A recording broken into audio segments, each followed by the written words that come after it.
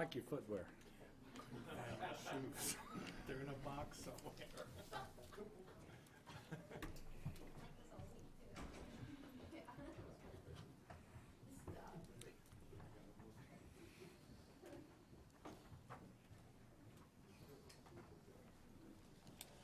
Good afternoon, and thank y'all for being here today.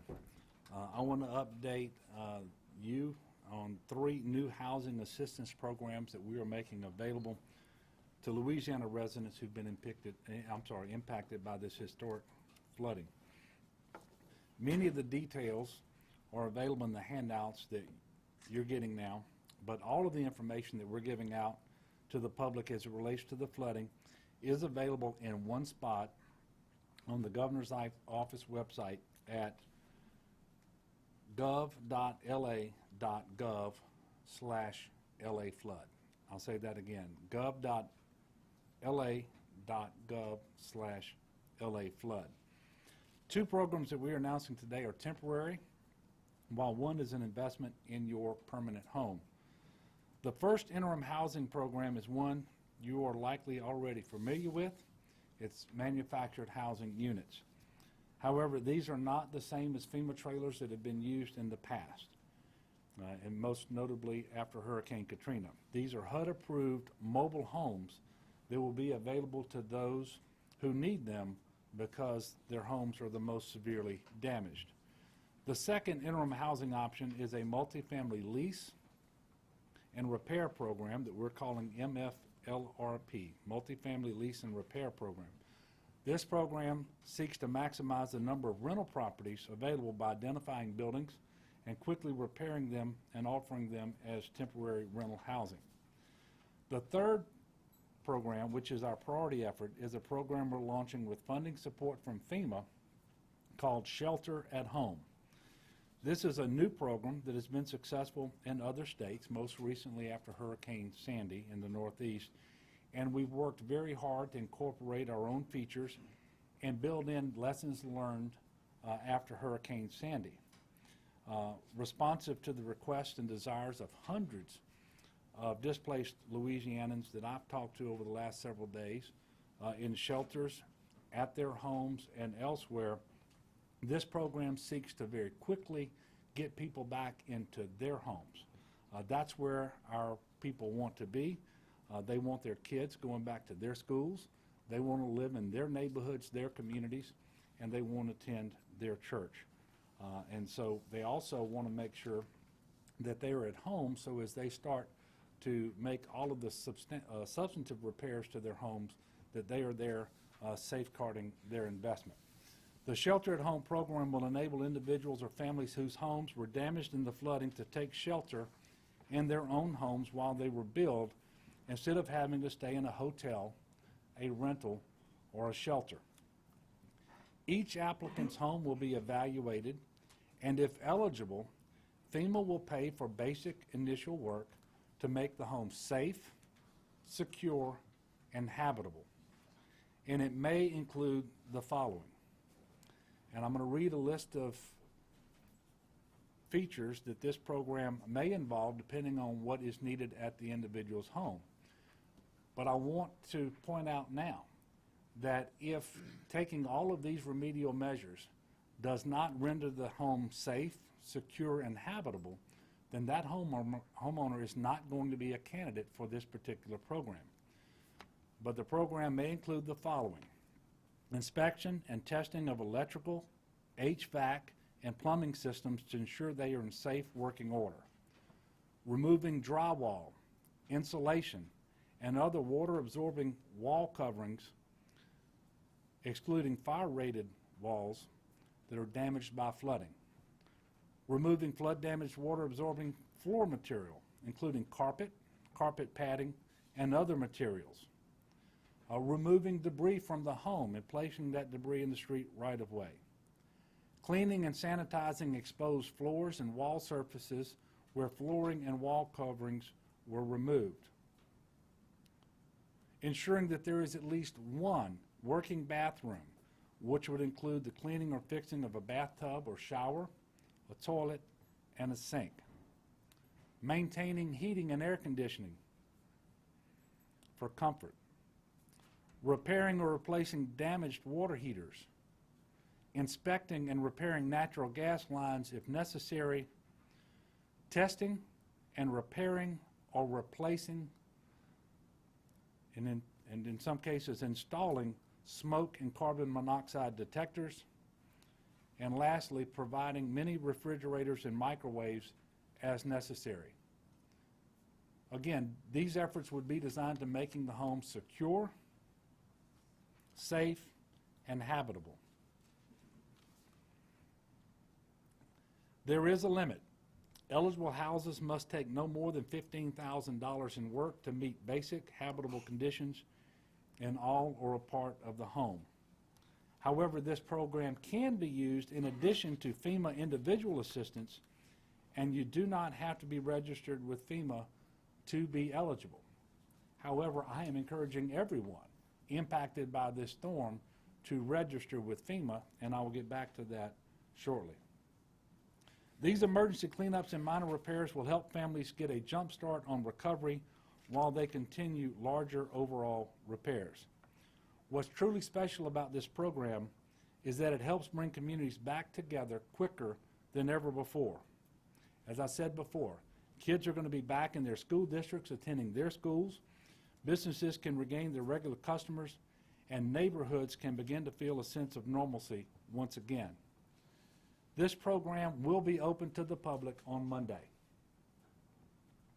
On Monday morning, we will release the website and phone number where eligible families can register for this program. And I know that this is a lot of information, and I apologize for that. We understand that many families are desperately ready to get back into their homes, and we're using every resource available to ensure that there are solutions available for every individual need. I do want to take this opportunity to remind you of the two other short-term housing options that we announced last week that are currently underway. One is temporary shelter assistance, where FEMA will pay for a temporary hotel room. This program uses an automated system to contact displaced residents who have registered at www.disasterassistance.gov. Again, they've registered their disaster assistance claim with FEMA by going to www.disasterassistance.gov or by calling 1-800-621-FEMA. That's 1-800-621-3362. And it is available to those individuals who, while they registered, indicated they were living in a shelter, in a car, they were already at a hotel or motel, or that they were staying at their place of employment. The second short-term housing option already underway is one involving rental property, which can be accessed through www.lahousingsearch.org. That's www.lahousingsearch.org. And so, again, I want to encourage everyone who has not yet done so, if you've been impacted by this storm, if you've been damaged, please register with FEMA. At this point, we have more than 119,000 registrations, and it's one registration per household to give you a sense of the size and scope of this disaster. There are Small Business Administration loans available for individuals as well. We are working very hard to transition individuals out of shelters and to consolidate shelters where possible, and that process is continuing as we speak. Last night, statewide, we sheltered approximately 2,600 individuals. And here's where we stand as it relates to assistance for Louisianans. Total registrations for FEMA assistance, 119,389. Total assistance approved, $132.5 million. Housing assistance approved, $113.7 million. Other needs assistance approved, $18.8 million. Housing inspections issued or completed, 102,143 have been issued, completed 21,989. Housing inspectors in the field working, 963. And the U.S. Small Business Administration has distributed $9.4 million. Now, as of August the 23rd, more than 26,700 National Flood Insurance Program claims have been submitted. This total is expected to rise, and the total amount paid on all claims is $37.7 million. That is a lot of information, and at this point, I'm going to pause to take questions. Standing behind me to assist with questions of a technical nature, or of any nature, if I don't have the answer, I suspect, is Jerry Stoller and Willie Nunn, both of FEMA, Pat Forbes of the Office of Community Development, and Colonel Jim Wascom, who is the Director of the Governor's Office of Homeland Security and Emergency Preparedness. Melinda. I raised my hand. Do you have any estimates on how many people you think might actually need, or how many homes may need the manufactured housing unit? And can you explain why they're different than the old FEMA trailer that Yeah. was so hated Well, around here? I'm going to give a shot on the second part first, and if you need to, Jerry or Willie, step in. But the fact of the matter is that the FEMA trailers that were acquired after Katrina used a variety of vendors, and I think the experience was that some were really well made and some were not. Some were actually dangerous for different reasons, and many had air conditioners that didn't work, and in South Louisiana in August and September, that really isn't an option.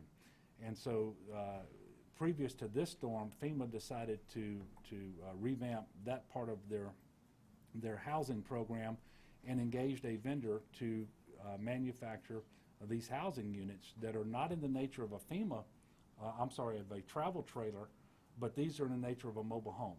And they have built in certain quality features to make sure that they're safe as well.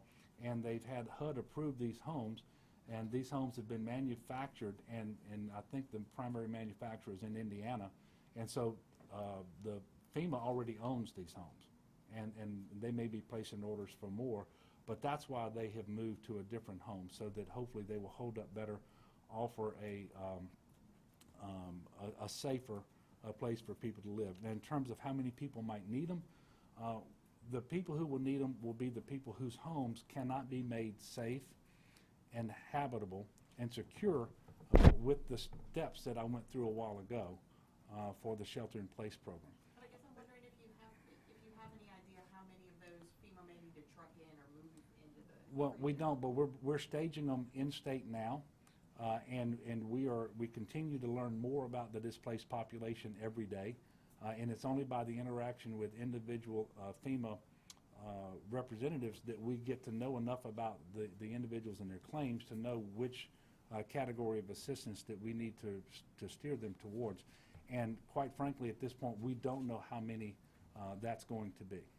Yes, ma'am. Governor, following Katrina, one of the reasons they didn't bring in mobile homes, because they had the two-part program, one was travel trailers, one was mobile homes, was because those were in flood zones. Have the rules changed? No, FEMA no. to allow it? Well, first of all, I would remind you that in a great part of the area that's involved in this flooding, they're not in flood zones. Some will be. The FEMA regulations will not allow someone to take a manufactured housing unit and place it in a flood zone. But if they're not in the flood zone and there's no other prohibition on it, they will be able to place these manufactured housing units in their yards so that they can live at home while they repair their homes. Otherwise, these manufactured housing units are going to have to be placed in trailer parks, which is another reason why we're not wanting to overly rely upon the manufactured housing units, because people want to go home. They want to be there as soon as possible so that they can start repairing their homes and that they can be present to safeguard their investment as those repairs begin.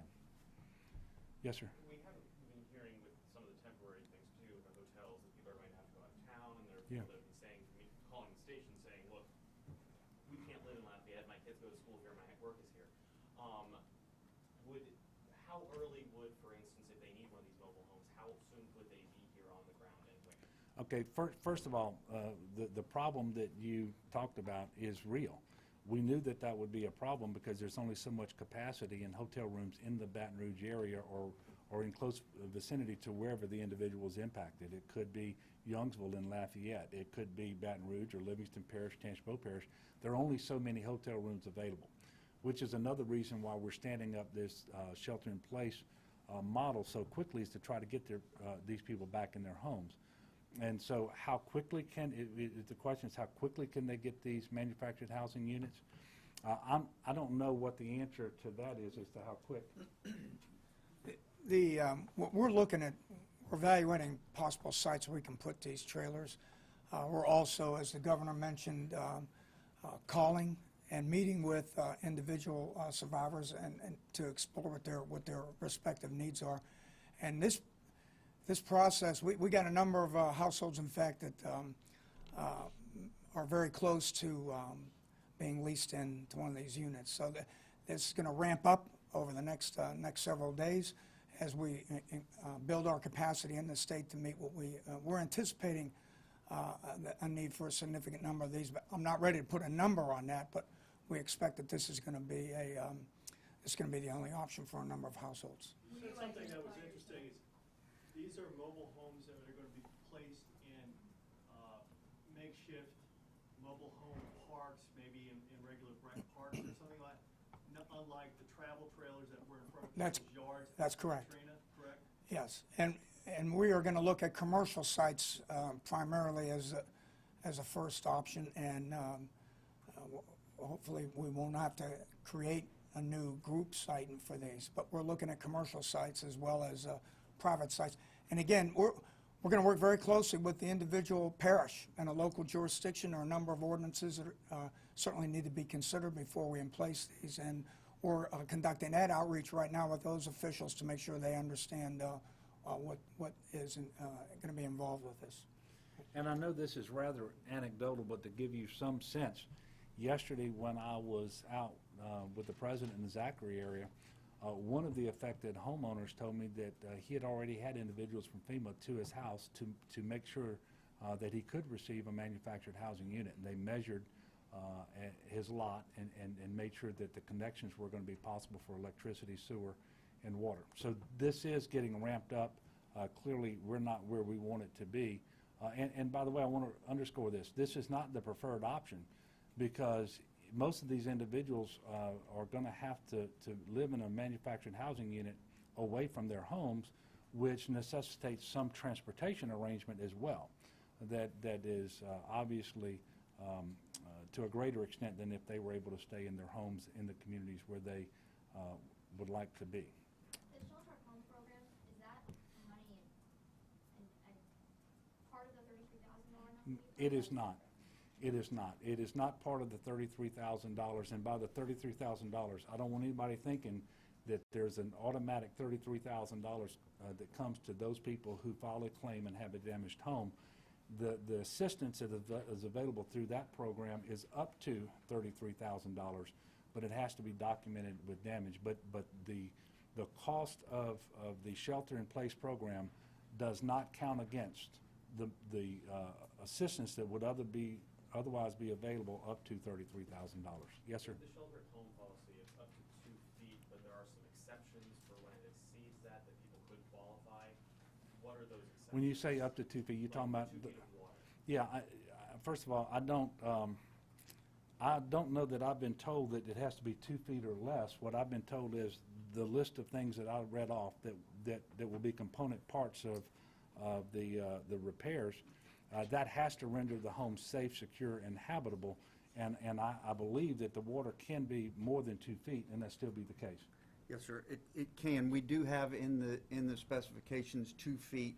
That is largely driven by our need to do this for the $15,000 max. The way that we can have exceptions is if we can go into the house, see that it's 26 inches, 30 inches, whatever, but it's still able for us to get it habitable, safe, secure within that scope, then we would still be able to do that. So the exceptions are on a case-by-case basis. Can you Two identify things, yourself? Governor, before. Yes, sir. I'm And sorry. we'll get right back to you, Sue. There's a lot of talk on radio and social media about this Senator Jonathan Perry who is talking about legislation perhaps to require training certificates and permit fees for citizen rescuers like the Cajun Navy.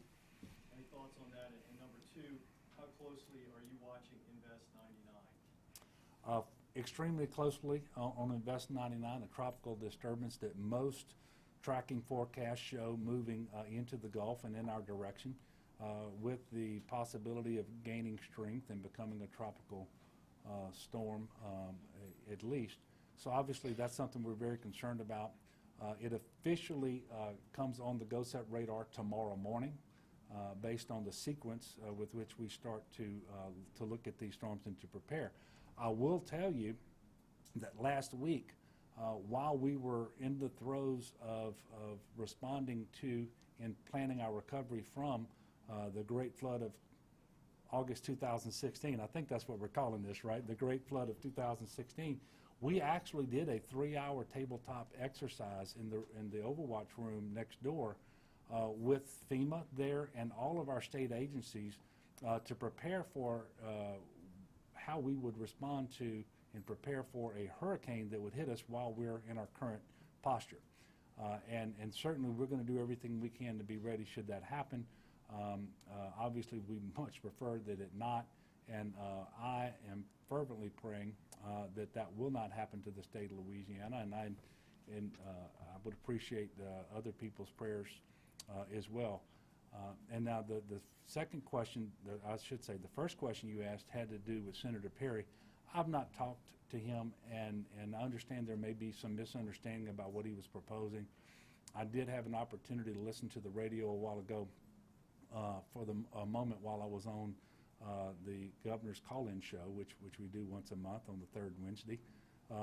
And Senator Perry said that he's simply looking at trying to make sure that before the Cajun Navy gets in the water, they sign some sort of a waiver so that law enforcement and other authorities aren't going to be held liable should there be anything that happens either to the Cajun Navy and I guess potentially to someone else who relies upon them.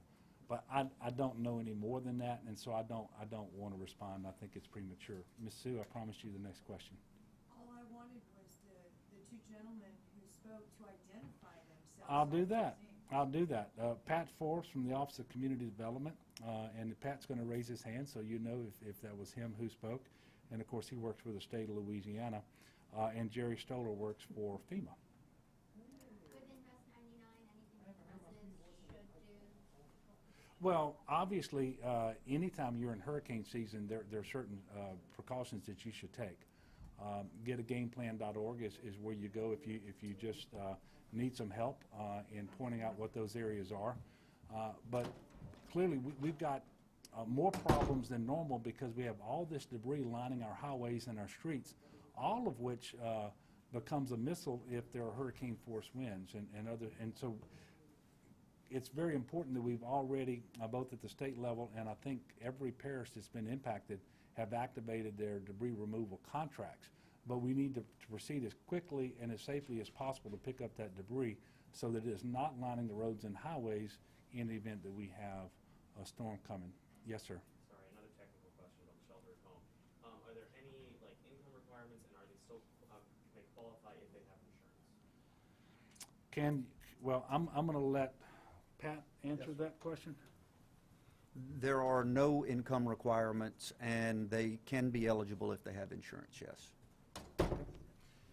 Okay, another question? So I have another one, Governor. I'm just trying to make sure I understand. So with the mobile housing units, if they're- Manufactured housing units. Yes, ma'am. Things that are FEMA trailers but not FEMA trailers. Well, they're more like mobile homes rather than pull behind. And by the way, the goal will be to have these mobile homes on blocks strapped down and not simply be travel trailers left on their wheels. If you understand what I'm saying? Okay. So just so I am clear, you can either, if your yard allows it and you have the proper hookups, it can be placed in your. And you're not in a yard. flood zone. And you're not in a flood zone. And potentially, and we would hope that there would be some waivers from zoning restrictions and neighborhood association covenants and those sorts of things to allow people to do that. But yes, we would hope that people exercising that option who want to, who don't live in a flood zone, would be allowed to place that manufactured housing unit in their yard.